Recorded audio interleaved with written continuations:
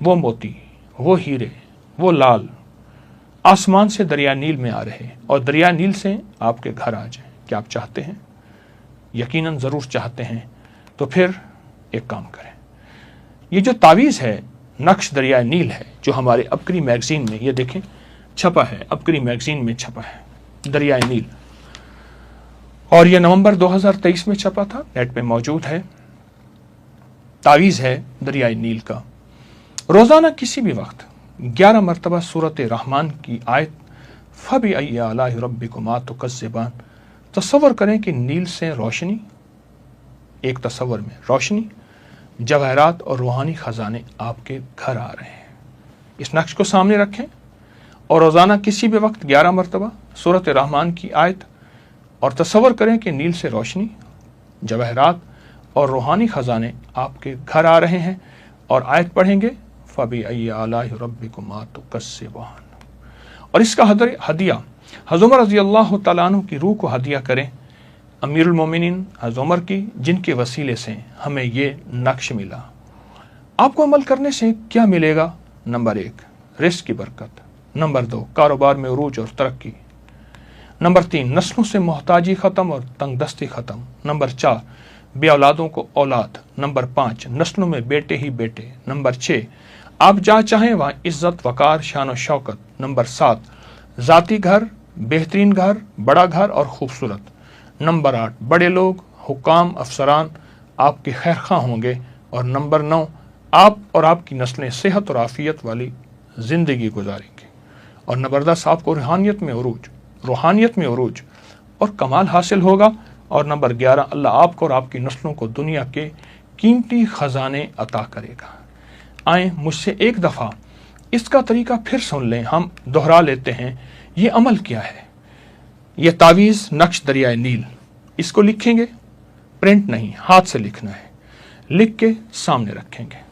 آپ لیمینیشن کرا لیں روزانہ کسی بھی وقت جب آپ فارغ ہوں، اور یہ عمل ہر حال میں کیا جا سکتا ہے، ہر حال میں کیا جا سکتا ہے.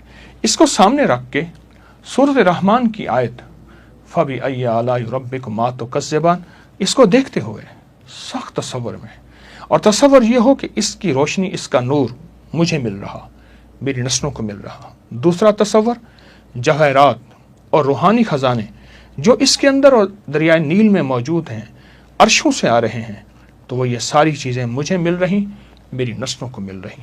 پوری امت کا بھی تصور کرنا ہے، ہمارے دل میں ساری انسانیت امت کی خیر خواہی ہو. یہ عمل اگر آپ نے زندگی میں شامل کر لیں، یقین جانیے چھوٹا سا عمل ہے، 11 دفعہ پڑھنا ہے، پر آپ کی زندگی کو مالا مال کر دے گا. نیل کے اندر جتنے بھی خزانے ہیں، دریائے نیل کے اندر جتنے بھی خزانے ہیں، وہ سارے خزانے آپ کے ہیں، آپ کو ملیں گے. یہ عمل زندگی کا حصہ بنا لیں. گھر کا ہر فرد کرے، آپ کو جو وقت میسر ہو، جو لمحہ میسر ہو، جس میں یکسوئی ہو، جس میں سہولت ہو، آپ کو جو لمحے میسر ہوں بس اس میں کریں، اور ضرور کریں. زندگی میں کامیابیوں کے راز بکھرے ہوئے ہیں، لے لیں. وقت تھوڑا ہے، زندگی کی خبر نہیں ہے. کیوں؟ تاکہ دنیا بھی جنت بن جائے اور آخرت بھی جنت بن جائے. اللہ ہر چیز پہ قادر ہے کہ دنیا میں بھی جنت کی نعمتیں عطا فرمائے اور آخرت میں بھی جنت کی نعمتیں عطا فرمائے. آئیں، دیر کیسی.